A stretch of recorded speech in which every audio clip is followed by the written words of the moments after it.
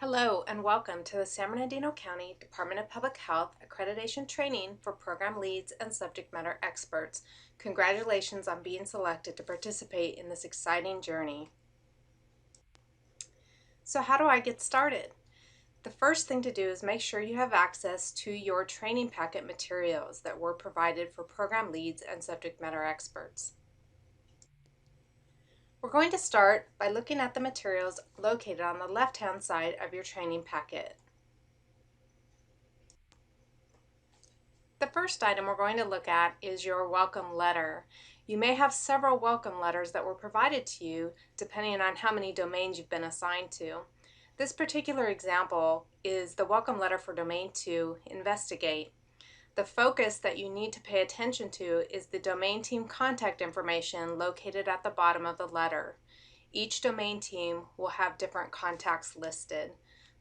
If you get stuck and have questions as you're going through the process, these are the team members you should be reaching out to.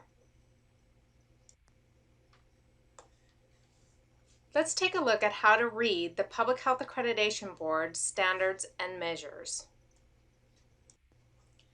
Let's take a moment to talk about domains, standards, and measures. Depending on which domain you've been assigned, you are provided with that particular section from the Public Health Accreditation Board's Standards and Measures version 1.5. At the top of this document, you will find the domain number along with a brief description about the domain. Also contained on this page is the standard. This is the standard to which the measure applies. Next, you will find the measure. This section states the measure on which the health department is being evaluated. And finally, the required documentation section, which lists the documentation that the health department must provide as evidence that it is in conformity with the measure. The documentation here is going to be numbered. Keep in mind that some domains will only ask for one piece of required documentation in a section. Others may have multiple required documentation pieces. You must address each piece when you submit documentation. As you begin the review of your assigned domain, you will notice that there are letters contained after each measure. What do these letters mean? If you see the letter A, that means that this measure applies to tribal, state, and local health departments. If you see the letter L, that means the measure applies to local health departments. S, it applies to state health departments, and T applies to tribal health departments. We must submit documentation for all A and L measures. In this particular example, you will notice that the letter L is listed after the measure. Therefore, we must submit documentation for this requirement. It is important to understand your assignment. For example, if you have been assigned to 5.3.2.1, what does that mean? Let's break that down for you. The 5 refers to Domain 5, which is Develop Public Health Policies and Plans. 5.3 refers to the standard, Develop and Implement a Health Department Organizational Strategic Plan. 5.3.2 refers to the measure, the Adopted Department Strategic Plan. 5.3.2.1 is the Requirement ID, the Health Department Strategic Plan that includes a variety of different pieces of required documentation.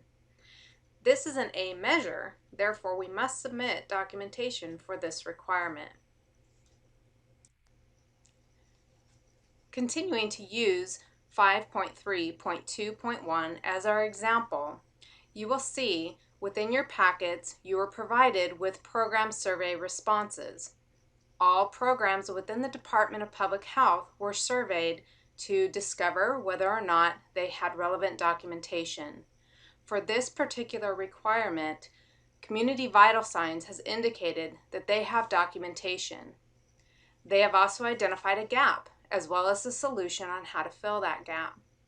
The Community Vital Signs staff will provide documentation for this requirement. Domain Team Roles and Responsibilities. This is a 2-page handout contained on the left side of your training packet. You will notice the program leads and subject matter expert sections have been highlighted here in red for your reference. It is important that you become familiar with these roles and responsibilities. For the program leads, you are asked to attend a program lead and subject matter expert training, to make sure you review the FAB standards and measures for your assigned domains. You will be the person collecting the documentation and the cover sheets from the subject matter experts, uploading all program documentation to SharePoint. You're asked to communicate with your domain team members and follow up with your subject matter experts to make sure that domain assignment deadlines are met. If you are a subject matter expert, we ask that you attend a program lead subject matter expert training. Review the FAB standards and measures for your assigned domains. You're asked to select, name, and mark up documentation. Provide an original as well as a marked up documentation to program leads along with a cover sheet for each document. Communicate with your domain team members and adhere to domain assignment deadlines. If you're a subject matter expert, you're going to need to know how to select, name, and mark up your documents. When you're trying to choose which documents to select, the most important thing is to make sure you review the Public Health Accreditation Board Standards and Measures version 1.5 for your assigned domain. You want to select the best document that serves as evidence to support the required documentation. If you have multiple documents that meet the required documentation, we would like for you to upload all of those, as it gives us more to choose from. You want to check the document against the required documentation and guidance section for that domain. Perhaps your document does not meet all of the specified required documentation pieces, but maybe it meets most of them. You should still upload that document because your document may be the only one within the department that slightly meets the required documentation asked for by FAB. When in doubt, contact your domain team members. How to name the documents. We do ask that you upload an original, clean, unmarked copy of the document as well as a marked up version. We've given you recommendations on how to create folders for your computer, and we've also provided you with a naming convention. It's very important that you follow this naming convention because it helps us to easily identify which domain you're working on, which specific requirement, what program you're from, and if it's an original or marked up version. When you're ready to mark up your documents, we're asking that you circle and highlight all areas that meet the domain, standards, and measures. The example provided here was done professionally in Word. This obviously makes it very easy for the reviewer to identify what sections you're wanting us to look at in your documentation. You do not have to do this within Word. You can use a Sharpie, you can point arrows, as long as it's easily identifiable where you want us to look within this document. For example, if you're uploading a 7-page document and there are only certain pieces that meet the requirement, those are the pieces we want you to identify and tell us how it basically meets and what page and paragraph within the document it is located on. These are going to be indicated on your subject matter expert cover sheets, which we will discuss in just a few moments. If you're using a document that has several parts that meet a requirement, you only need to submit one document. You do not need to submit the same document with different areas marked up for the same requirement.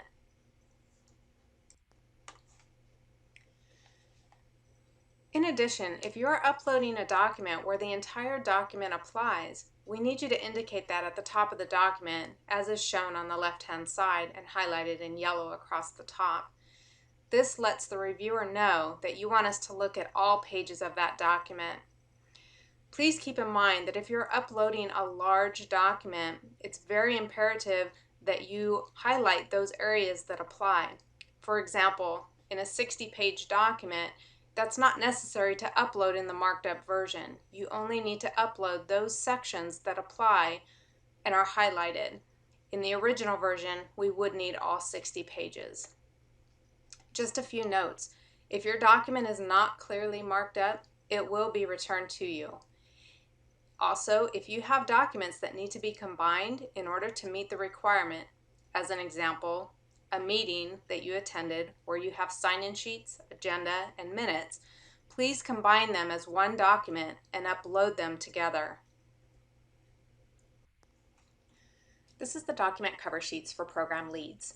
If you are a subject matter expert, you are asked to complete one of these forms for each piece of documentation you provide to your program leads. Your program leads will not be able to complete their part in the accreditation process unless this form is completed in its entirety.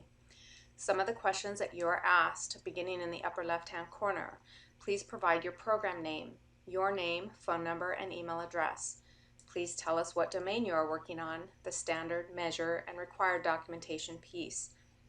The original document name and marked up document name, which should be according to the naming convention provided during this training.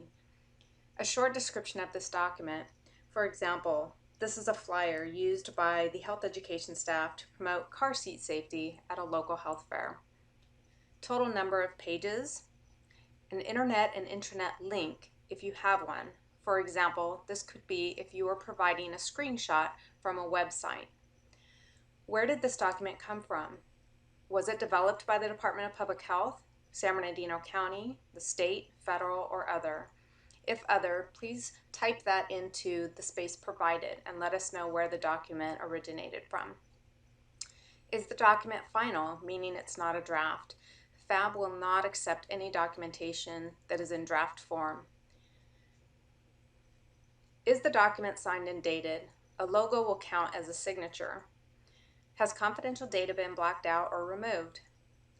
Please explain how and where this document is being used. Is the document within the required time frame? This information is provided in the FAB Standard and Measures version 1.5. How does this document meet and relate to the required documentation guidance? You must refer to FAB Standards and Measures version 1.5 to answer this question. What is the location in the document that meets the guidance? Please tell us the page numbers and paragraphs. Who is the target audience?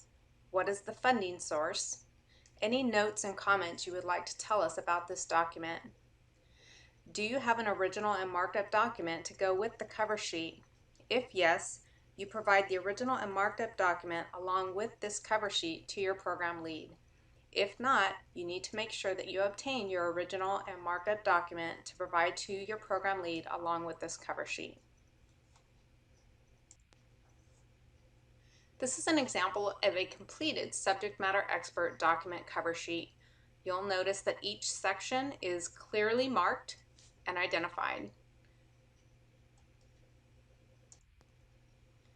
Let's move now to the right side of your training packets. Domain assignment deadlines. You'll notice that the deadline is clearly identified by that bright colored sticker. This deadline is extremely important. October 16th, 2015. That is the date that all documents must be uploaded by the program leads to SharePoint for domains 2, 4, 6, 7, 10, 11, and 5. Program leads should set their timelines at least 1 week prior to this deadline to ensure they have time to upload all of the required documentation. The remaining documents contained within your training packet are all reference materials. The first is the 3 core functions and 10 essential services of public health. All public health employees should be familiar with these functions and services. The next document is frequently asked questions about the accreditation process. For example, what is public health accreditation? What is the goal? Who oversees it? What are the benefits? And of course, what is my role in the accreditation process? We would like to encourage you to share this information with other staff members within your programs. The next document is the Domain Team Step Action Table. This document provides you with a quick snapshot on the accreditation process.